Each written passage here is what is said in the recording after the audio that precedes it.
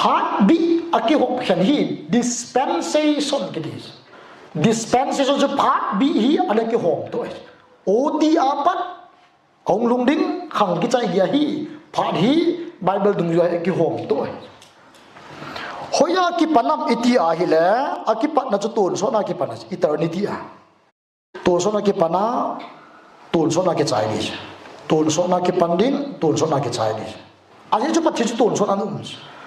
science in a whole do zolo chu pathian ki pat he whole do zolo aje chu thil zo bu se asi mu ma pathian bo asi lo chu asi lo ki chu science scientist on ta san the lo chu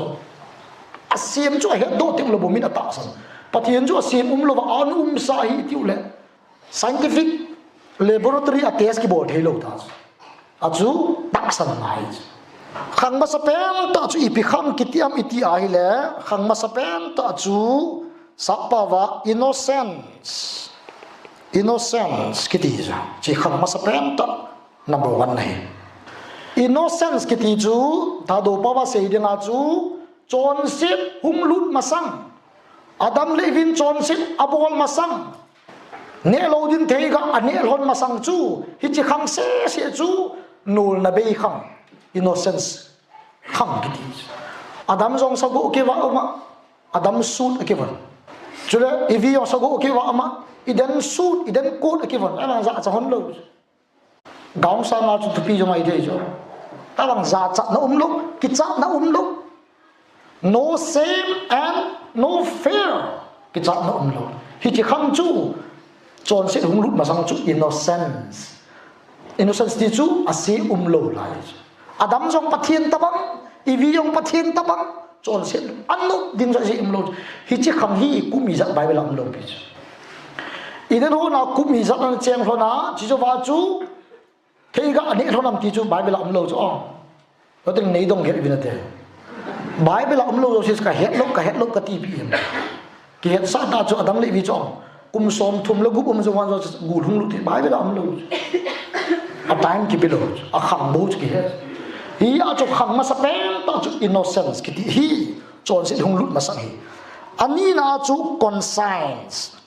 ti chu chon se hung lut ta chu sorry ce chi number 2 ta chu conscience ti chu asile a pha chu a het hon ta chu asile chu theiga ani hon ta chu masanga chu a pha bo het hona asi het hon lo awang theiga ani hon pa na chu asi jong chu a het hon ta za cha zo hung lut ta ki cha zo hung lut ta tu ai hong kau si nam si ki cha jong hi chon sit ga khan cha masanga ki cha lo tul than ho zo se jong chon sit ga athum chan a human mi him ti nai chu government chi athum chan nai chu humanity te mi him government ki vai pu nai khang thum chan hi human government ki ti ibola human government ki ti ham aji chu Babel insa asa kham lai adama ko na mi hum pung che ta hum ki ho tu thei ta wa society a hum hom thei ta wa fellowship ta bang hom thei ta hum ki ho tu wa indon sang khat sautin pathin chak i pha di wi wan chan pha go chu hi chu lam kai ta anung zui ta ki tho hom thei ta council thei ta assembly thei ta meeting thei ta chu hi chu ki vai po na no mata chu human government ki ti chu babel in sa asa lai ta chu an ki vai pu va e ho ta bang pa ni ta chu an ki ho tu thei ta chu lung gen a se hom thei ta chu hi chi kham chu ali chan nei ve lo chun promise ti chu kitep na alo thutep koi kham am ti le Abraham kham ta ali chan nei i bi thutep ham ti le ke man nang ma nam len ta na ka sim ding nanga ko na va noya chitin nam tin phathe ka bu de pathin kitep Abrahamic covenant kitis hi chi kham chu Abraham kham ta pathin to Abrahamic kitep na sim na samong nam khat ka sim ti nanga ko na chitin nam tin phathe ka bu de ti pa chu pathin to Abraham ani kitep na chu hi chi kham chu promise kitep na kham hi ti aba na ipikhang hung ken lo ti chu dan mo si khang ta chi mo si khang ta chi sinai bul chunga ni som li jang som li ako do a sinai bula ko na aum kum pha na amai chu va je na amai ava wal pha na chu amaya hi pun dal khai piu ve ngam lo pha ba sinai bul cho ti pen choi som ti le som pheng ni an pu su khatlanga dan nga uma khatlanga dan ma exodus bung som ni a khu dan som chu patina pi chu he chu ten commandment eti thu pi som eti khu ama wang hi chi chung vu mai Israel te hun tu a ado ju khu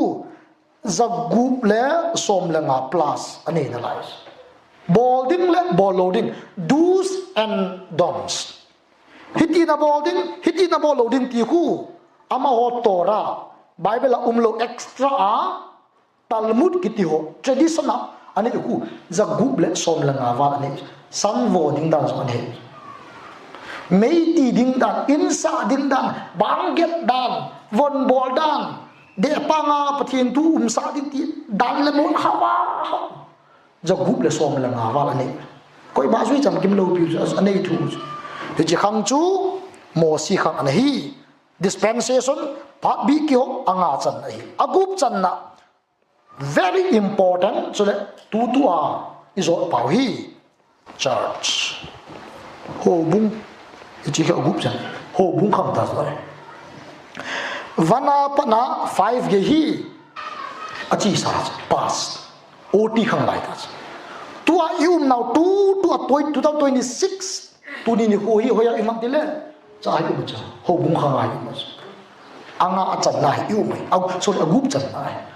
hi chi hồ bung không hi ipikitia mi ti le ngai lut na khang jong kiti ibola ngai lut na khang kiti ham ata sanjo se bai lam cha van gam alut na ding dan thu hi lo to wang hi lo ta san wanga van gam ilu thei diu ja chu ngai lut na kham ki pathinin ngai lut na edo pi ngai lut na kham ki it's very important ho bung kham yi ne khat dong ki chai ki a ki chai ding phat koi man het lo pi bible in ani khole ani dan ta koi man het poi ani kho ti tu ni sunday na sa ani kho ti chu Sunday, Monday, Tuesday, Wednesday, Thursday, Friday, Saturday. Koi macam ani hu hello bis. A day ning to ka lei pa po jum sakei sa koi man hello bis. Ani dan ta ti tua hi pung ni le mini som thum langa. Pakai ahum na ding chu. Ani hu koi man hello ba na ani dan ta so hello. A tai. Wa klok ita ban wa ko phat ki hetin hello. Gima gim ne na. Hi chi ho bung khang chu hung ki chai. Ho bung khang ba na ipi di ham iti ai le tribulation mai Jacob he su na kham kiti Jacob tho gen the na kham ibola Jacob tho gen the kham kiti ham Jacob cha te Israel phung som le phung ni achila te pakai jisu ta san lo lai ho hun tribulation thu ha sa khang atu diu cho hi ji achu bible in Jacob he su kham ati Israel te go lo di cho pathian ta san lo zo se chu rapture ni khwa la to ba lo zo se chu lút đi Nepali yang lút ding Melong jong lút ding Pai tia lút ding Tha do lút ding Chin lút ding Sim tia lút ding Jews ti agu lo pi chu mi zo si a amo a bible in Jacob he su khamati kewan Jacob cha te kai poyetin anek ne mi ta ata san lo zo se lu tho tho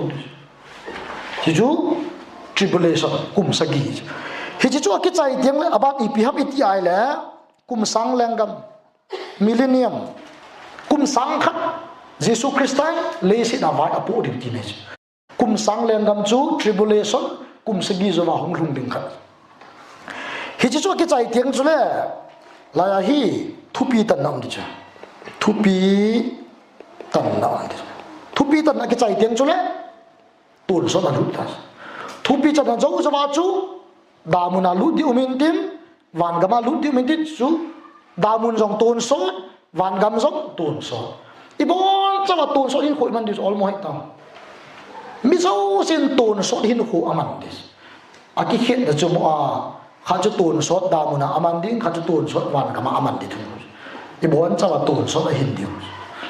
a na mun bo chu ki khet ti nai chu khang ki hop dan Phatbih ki hop dan chu hi arang pi aga he di chun gate umai ton so na ki panding ton so na ki chai ding thama he the na ba nu le pati ho ole Daniel bang nei banga chu ep ki sem di het lo ham okay mu ti odi de chun pastor par pi se na ngai Daniel bang asi ham alo le Nebuchadnezzar bang asi ham ye ba kha bin to ti chu si wa he abana tun rapture to is second coming he diu khat su lấy sự chung ai doctrine atama tam tunia isai diu koi bacha doctrine nil kalna ki sei jong hilo adi poi nat angol na hi veti ki sei hilo pi e ho baptistel ichi pi urita sa chu ipe cha diu hian lấy sự chung ai thil ni mai essential kiti khat to non essential essential ki jangai chabong mum chule khat chu non essential ngai chabe ase do example pen tha ai essential is van gam lut adinga angai khobong bong chu pen tha hi chi pen tha chom lo le van gam ki lut lo di hi chu essential angai khobong bong chule adam khat chu rapture to second coming hi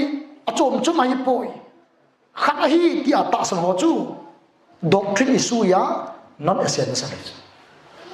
hoi chi pom jong le chun ho lo pi cha thiang ka na sei ding cha na pen tha pa chu thu pi zo essential to non essential issue ta ma ta tui lu jong chu non essential jisu jin lang ve lang ki khai de pa jong chu van gam lu ta tui lu lo pi as tui lu jong chu non essential angai ho be se lo pi America te nel digama gal kap ho khu ve tau ti gal kap muna pen thau chu nel digama tu lo pi chu awang kap di thau chu tu lut man lo pen tha pen wal gam lut di awang phat ine vai lut te te di ai lut lo de ka ti dai lo pi chu a condition in a pu not essential ha gyap the ni dim awang pathian thu pi bo te te ding awang chu bo lo ji a wang gam lut lo di lo pada chal he khan ngai chu essential at least tam ta ma non essential at least tam ta tong chu mature gan ni ba ka sei bo zo chapang ko ba ki sei le gial hial di ya chu no pi ling keu se ne ka sei okay apai tun ban chal tau te hi cha thal changin a ko khu i pi ham iti le Jesu Christa Bethlehema ahung pin Bethlehema nau sen ahung pin chu thal chang hun a ko hi cha khu i pat diu Jesu adinga nau sen ahung pin nei chapang khanin sir Bethlehema pin masanga chu pathian chu umlo ba Jesus umlo ba mati chapang koi sa yong mo thu lo cho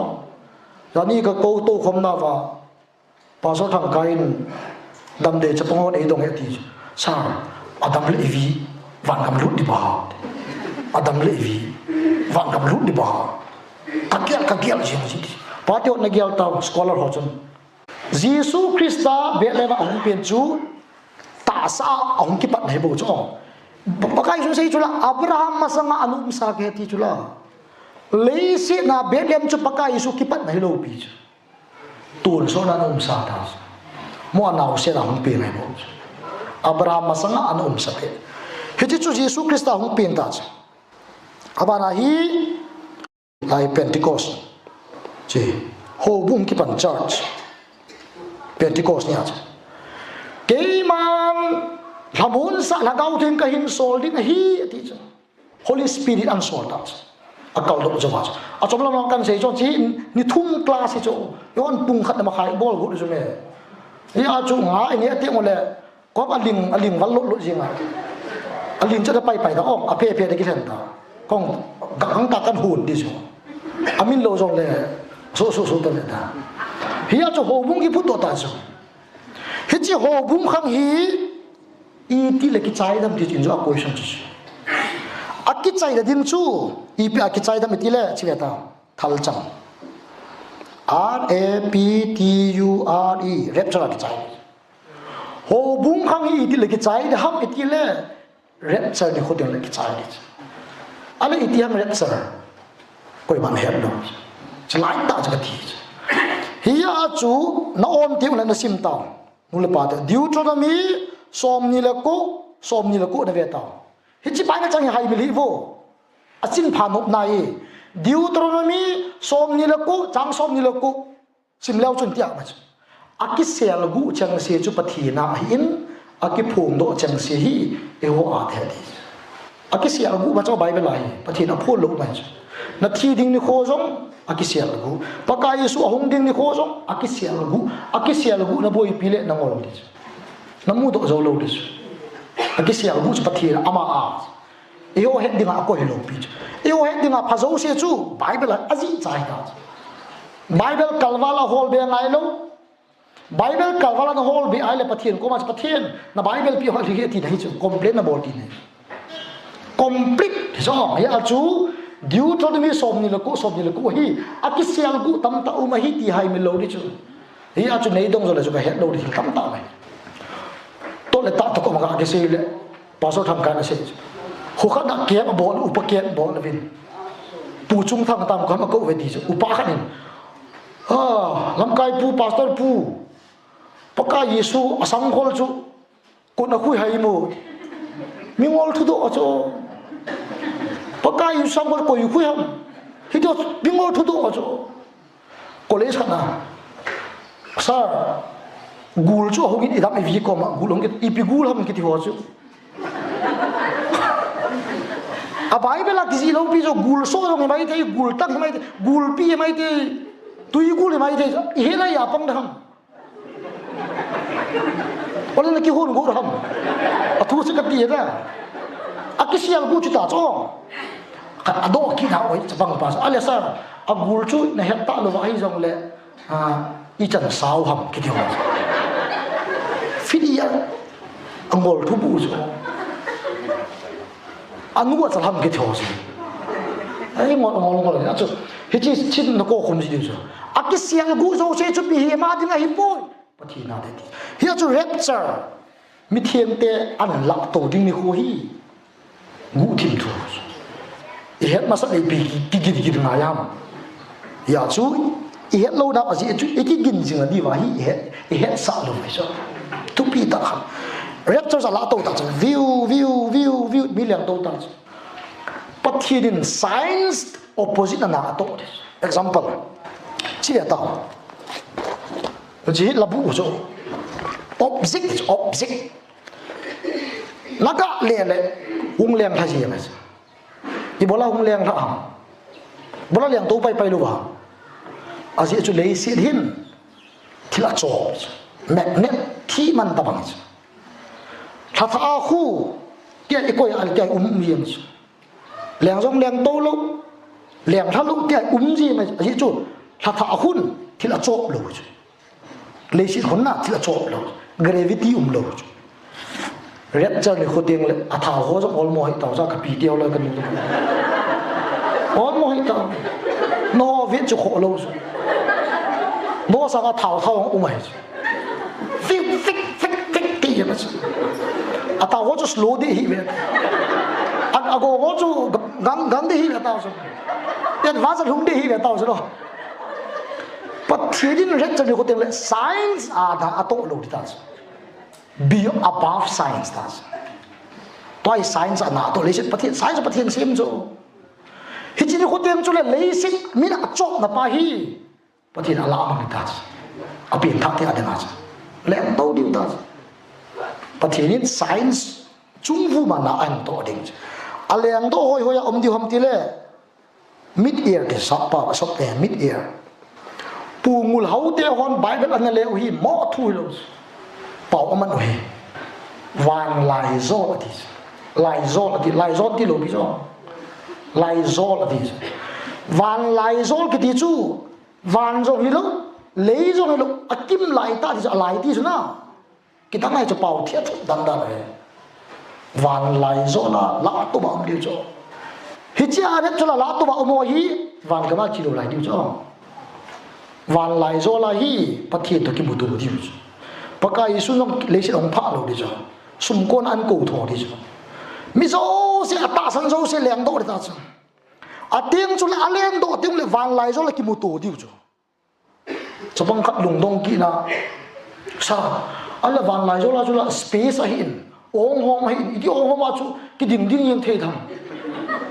cái tầm đầu lớn cho bằng họ lùng cái này lấy sẽ xiêm ba cho cái mà dấu sẽ bỏ thế đâu sẽ bỏ thế lấy sẽ giống hi về các bạn quay cho ong hoa quay cho ở lấy sẽ một là cái thiệt hay khá ba cái khai lâu pi cho ong hom mà quay cho cái bể sa cái đi cho cái bể hiện lâu pi cho hiện lâu lùng vài năm đi ta lấy sẽ cái bể cho tôi cái bể số cái này cái bút tổ lâu điêu cho cái lũ gam điêu ta cho mẹ ai bằng lấy sẽ cái bể rồi cái bể cái hello cho nó cái đăng mong mà thì là tôi sai chứ cho hi à chú van lại rồi lại hi cái mù tổ điêu hi chỉ van lại rồi lại hi i people điêu không mù bùi gol vợ mù bùi gol vợ pasal dấu sẽ yang chỉ có tiếng cho lẽ mù nuai pan điêu mù vai pan điêu all mo hay tao tuân cái pasal sát hay ông leo chân van lại rồi lại tiếng lẽ bắt thiền gì ai pan điêu hô bung dấu apiang tha dấu si Krista đi mà mồi hallelujah bắt thiền chú mù là ngạo bằng đấy chứ giảng gốc nào hagawa bắt thiền to hô bung cái chuyện đi này chứ thu bi đâu là sao mong đi chứ India sunga mi hau sapem tahi Mukesh Ambani to Jio sim card này bao nhiêu cho nên mà him petroleum company lên ta này achapa thawa thon ve to kat to ei chon khale ki mat da him achapa goal wa thum ve balls pre wedding first pre wedding second thum chana goal wa ta ball mun thum cha chon ki a goal wa chu van moi pum bia mi hau sa zo si ko ka he thidinga chu lasa min thang oka he thidinga chu Justin kiti ho chule Rihanna kiti ho chule Microsoft company ho Facebook owner ho chau chi wa noi pum pi min thang zo si ko krul zanga su mangas krul zanga namu kha bang krul zanga na za tho namu kha lu mule na kita lu yang mai thi krul zanga su mangas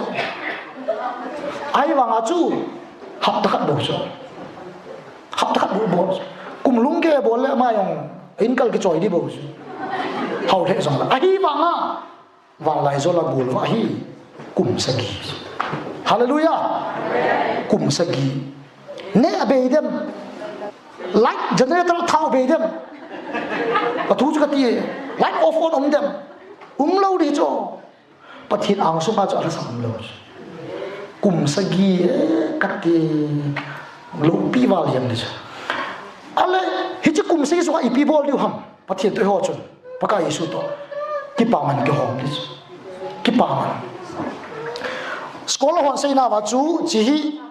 sel hi cho sel me zu ho lang ve ta tukan bol ho chi sel la ma lep to cha ji cho hom jong lep to cha ji tao thu ka ti na bima ke ti chu lep to nei jo hi chi kum sagi sunga hi pathin ki pa man hom de ti hi chi ai ato dung zui cha ki pa man asam di wa ti kum sagi sunga lấy mà khong center cha song ki san mo ti lo ta chong tu ai lấy mà khong center a ho bung e ko lo ta kal the man ho ti lo ta chu a ho bung a ko lo ta chu ami a ko ta chu ami a ko ta chu chi hoi te hong vo an ko di thu ka ti pu he lun te hong vo an ko di pu Paogoulen sim te hong vo an ti ami an ko ta chu ama to dung zui cha chu lep to na pathin ani dung zui a chu kum sigi sungai ki pa hop de ti chu van lai so la ki bol lim chu ta apa tun van chu van a kon chu ga kum thau te lu ilung get lo a noi lam su ipiti lam ka ti yo chu ipien thawai le van da im ta kum sagi ala noi la nga ho chu la ipiti di ta enjoy ai se chu ta he chu kum sagi 7 years đà thà ho chun gen thei tho đi gen thei tít chang tho đi con su gen thei diu ham Antichrist cái chú Satan lâu bị chong anti cái chú adova pang ti Christa adova pang mi ma hi chong mi ma hi Antichrist cái chú Satan lâu bị chong mi ba khat Germany te himai the Rome te himai the America te himai the koi ke lâu bị chú tem là Bible thì lo mai Rome te aku ni America mo sai the lâu bị chú akisial gu chú Deuteronomy chú kapan video an bola Antichrist also Roman Catholic te han tin han Catholic te ke ban ke tu di chat besame ko hi ke lo cho Bible sai lo bis ko hi he mi pa chun Christa ahin do ding mi tam ta cho ama khu noi an koi dis one government one currency one religion ki ti jo hung chi di cho nam kha hum diu gam khana hum diu sum rong khana hin man diu ateng chule lam kai khadong ki tum do hi teng chule bo Satan na bolong ki hom des adar ka hi Satan na bohelo pi chika sai do nam adar ka ri India ga ma bo so Korea adar ka lo pi Thailand na zo adar ka ka do he lo pi Nepal lo he hi ve Satan nam bol chu India pumpia ki hom di lo pi va noi pumpia ki hom global va noi pumpia ki hom he chu kum sagi sunga ho chu nu he tau chu golwa bol diu ki paman hop di Christ to nom ta chang khom diu anoi langa ho hi gan the thu diu he chi anoi langa kum sagi hi hop ni a ki hom khen ki de Revelation 20 azong kitche tama Daniel azong khot ba ki abu macam online pinai tahu, so abu macam event balai ini rum diu tahu. Hijau kum thumle ake, lagi kum thumle ake hom khen. 42 weeks, hafta som lilani ni ake hom khen. Ibola patin hom khen ham, aziz Bible amat. Patinin agen te nau ahe su nau hi. Su chom lo hile koi bacha su cha lo dhan ki asu chom bi pathin ngai lu na za asu chom bi ake masa hichil hi sorry hichilang pa aku Antichrist bol gen te da bol lo lai dis Israel te chunga agreement anei pi dis agreement MOU anei diu Hiji Antichrist mihim pachun Satanin aman cha pachun Israel ti phal na api di opke kum thumle ake suhi nang hon Jerusalem mai cham ki simun lang o te sme khang lai bangin kel ngoi ki tha un lang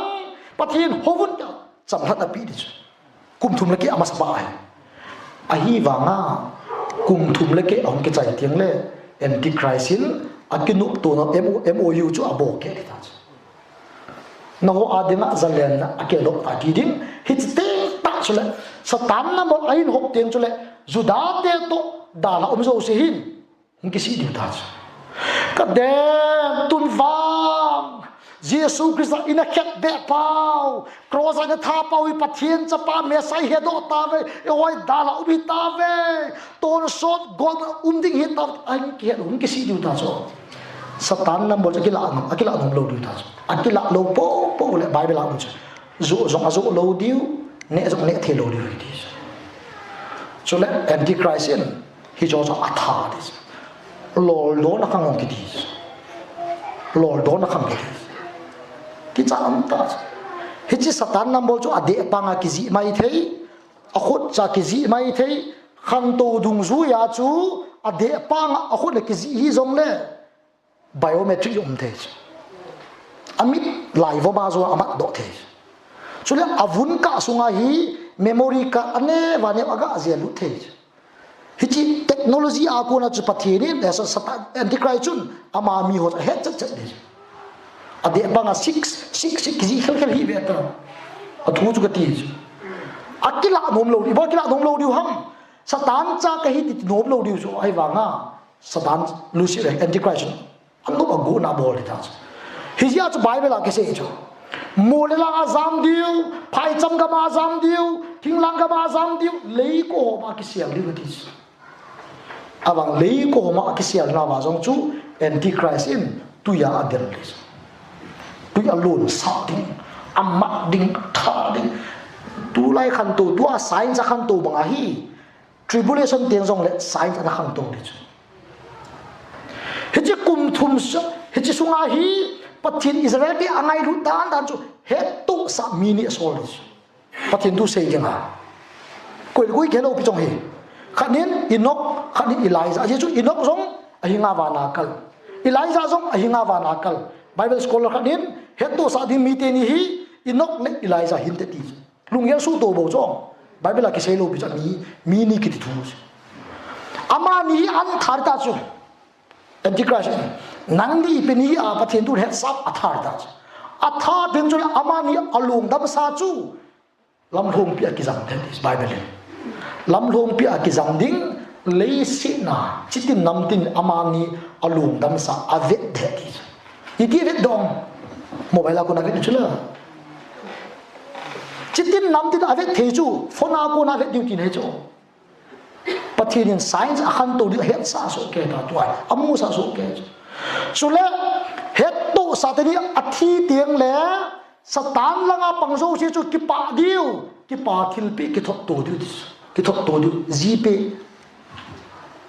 Google Pay man to na in deli ang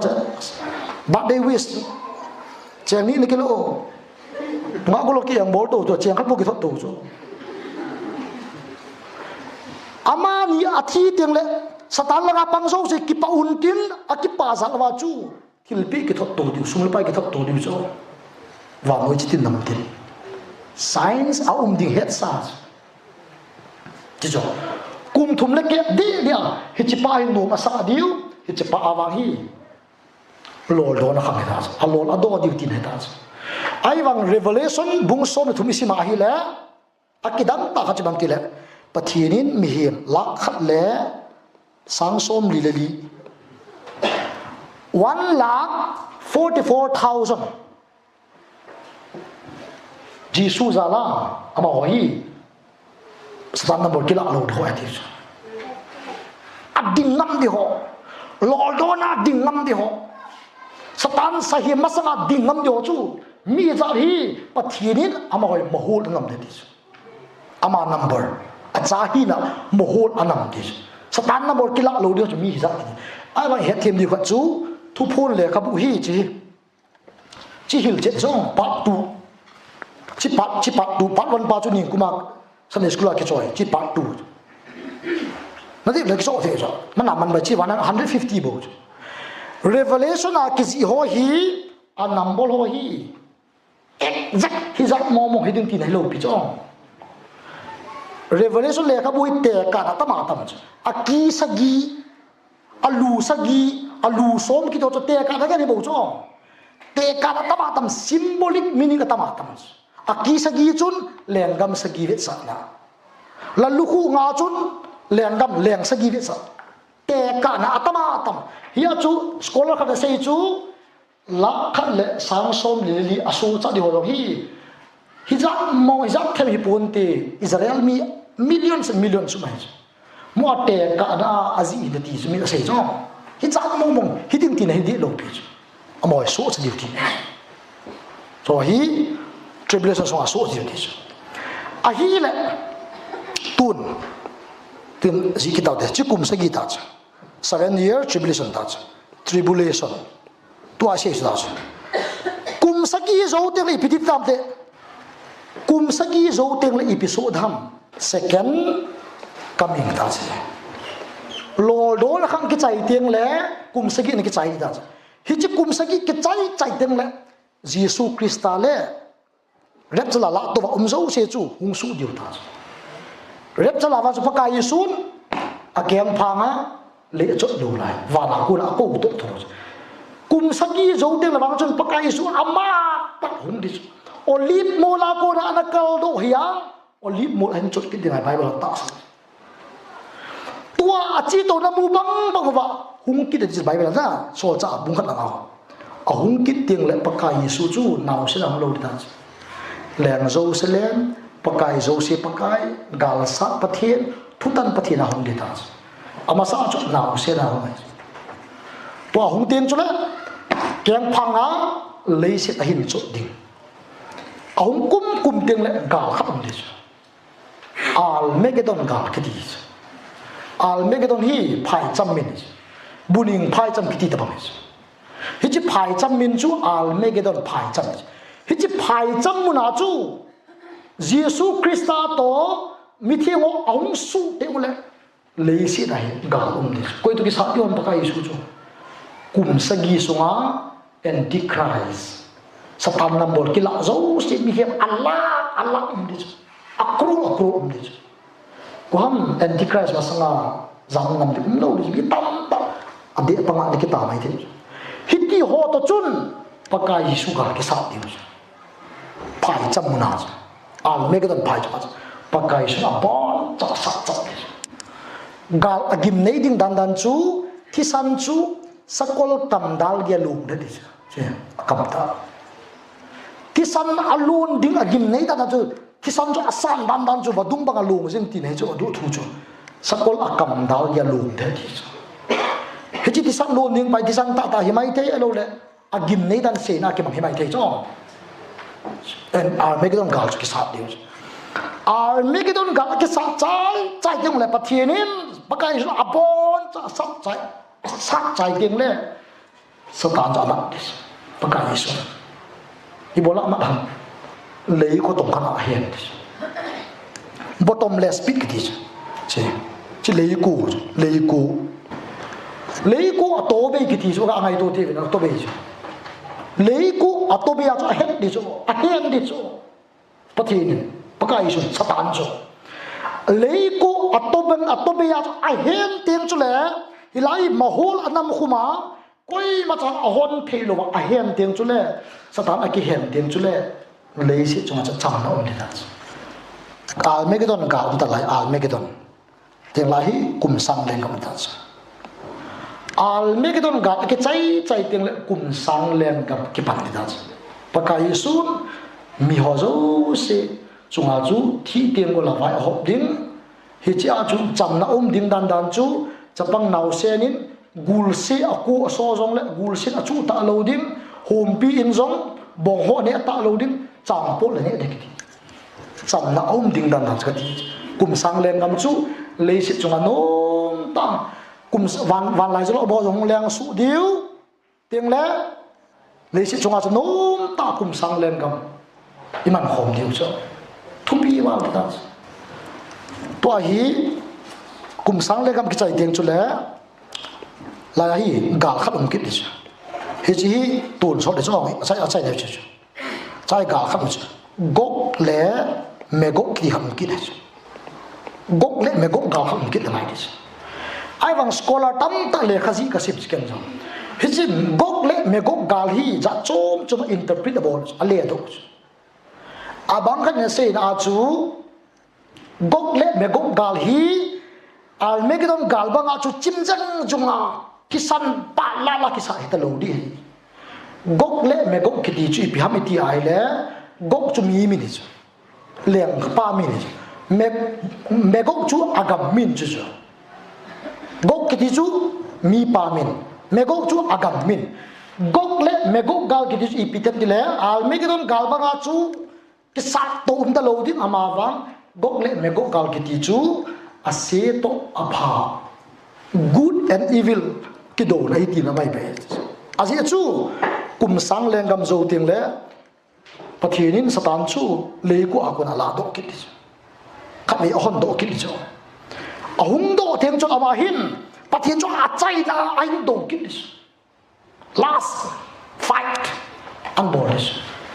he ji pathin to satan ahin do ki ding pa hu ki sei na bo hin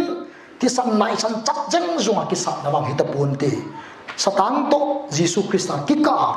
good and evil ki do na tai is Bible scholar khak sai ti chu idea khat second idea bang dile ki sa dai ki de ti al me dong gal bang achu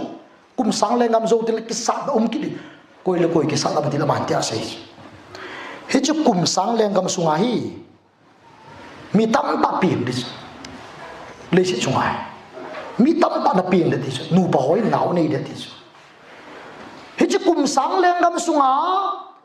mi ong ping ho hin pathin ai ne lo đi đi Giêsu ama ta in lấy sự na vai apu riêng wanga chu ong ping kum sang kat sunga ping ho hin pathin he lo đi đi pathin do wa ong pam đi đi aje chu thaga vi jong na to lo paka Giêsu lấy sự anu ma chula ama ong zen wanga mi chon se tang đi lo